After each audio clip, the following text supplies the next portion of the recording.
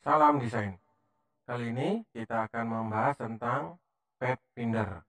Nah, path finder ini digunakan untuk memotong objek, menggabung objek, dan irisan objek atau intersect.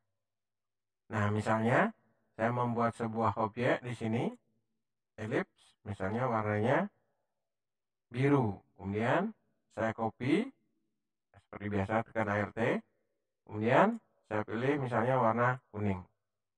Nah, kemudian saya misalnya mau memotong objek biru ini. Nah, maka pilih kedua objek ini, kita blok, kemudian cari Windows Path Finder. Nah, di sini nanti ada beberapa fasilitas Path Finder, yaitu pertama adalah Unite. Nah, ini digunakan untuk menggabung objek. Kemudian berikutnya -Prone. Nah, ini digunakan untuk menghapus objek yang berada di belakang. Kemudian intersect. Nah, ini digunakan untuk membuat irisan. Nah, kemudian di sini ada exclude. Nah, ini digunakan untuk memotong irisan dan yang lainnya. Nah, misalnya kita coba salah satu perintah unit. Nah, kita mau menggabung kedua objek ini. Nah, tinggal kita klik unit. Nah, maka objek kita ini akan menjadi satu. Nah, kemudian berikutnya misalnya saya membuat objek lagi. Misalnya di sini saya membuat objek lingkaran warna merah. Nah, kemudian saya buat di sini. Nah, sekarang saya mau melubangi objek yang ini misalnya. Nah, tinggal kita blok, kemudian kita pilih -Prone. Nah, tinggal kita klik. Nah, maka objek ini akan berlubang. Nah, misalnya saya undo, Ctrl Z. Nah, kemudian lawan daripada -Prone adalah -back.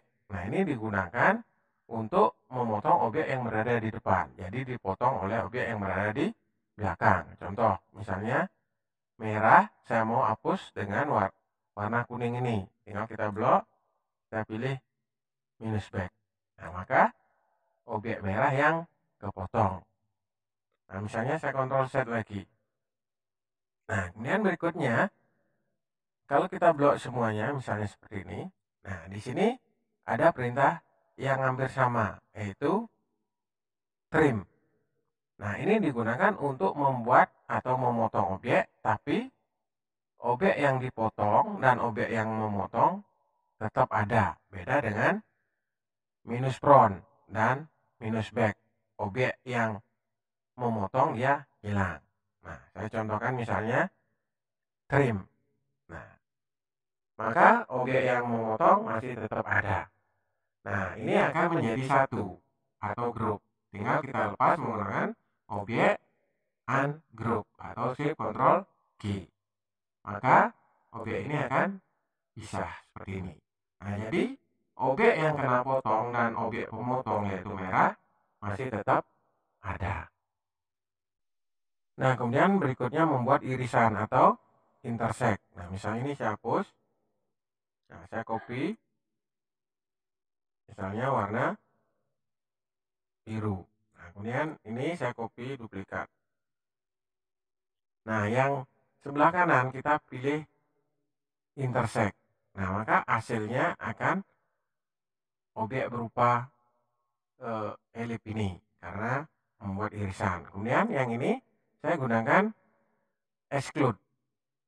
Kita klik, nah maka tengahnya yang akan hilang. Nah, ini perbedaan adalah intersect dan exclude. Jadi dia berlawanan model. Nah, kemudian kalau ini misalnya kita pisah, tinggal objek ungroup. Nah, kemudian tinggal kita pisah seperti ini.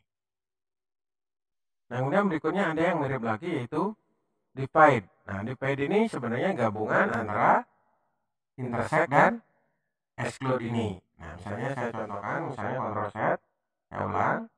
Nah, misalnya ini saya blok, kemudian kita pilih divide. Nah, kemudian kita bisa menggunakan ungroup. Nah, maka hasilnya akan seperti ini. Kita mendapat irisan, kemudian objek keduanya ini pun terpotong.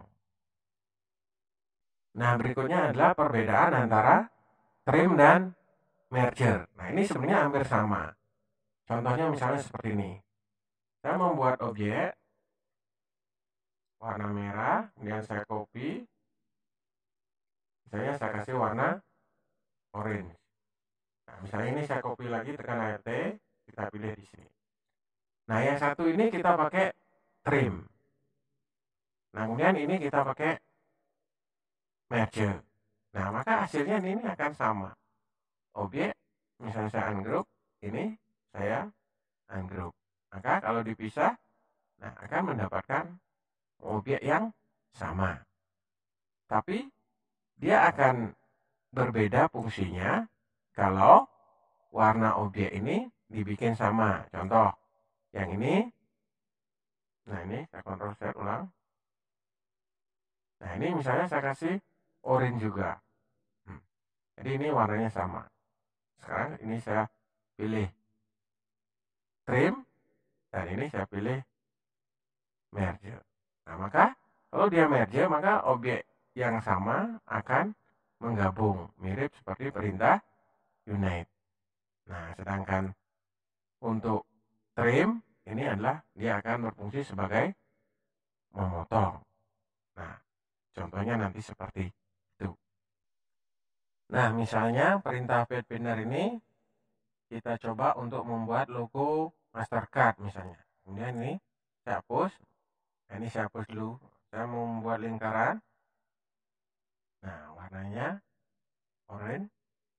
Nah, kemudian saya copy warna merah. Nah, kasih merah. Nah, kemudian sebelum kita di sini intersect, ini kita copy dulu. Nah, biar dia tidak hilang. Tekan Alt, saya copy ke sini. Nah, kemudian yang ini kita pilih misalnya intersect. Nah, maka kita akan mendapatkan objek warna merah ini. Nah, kemudian objek warna merah ini kita foto. Ya, menggunakan kotak misalnya seperti ini. Saya ganti warnanya dulu. Nah, kemudian ini saya copy. Nah, seperti biasa Ctrl D, menduplikat, biar banyak. Dan ini kita blok, kemudian kita pilih di sini adalah minus frontnya. Nah, maka akan mendapatkan hasil seperti ini. Nah, sekarang hasil ini kita taruh di sini. Tapi sebelumnya ini kita ganti warna oranye biar dia berada di atas. Kita kasih warna oranye. Nah, tinggal kita taruh di sini, di tengah-tengah. Nah, maka hasilnya akan seperti ini. Tinggal kita kasih tulisan Mastercard. Nah, demikianlah penggunaan daripada pet pinner. Untuk contoh selanjutnya, silakan dicoba. Bagaimana? Mudah bukan? Silakan mencoba.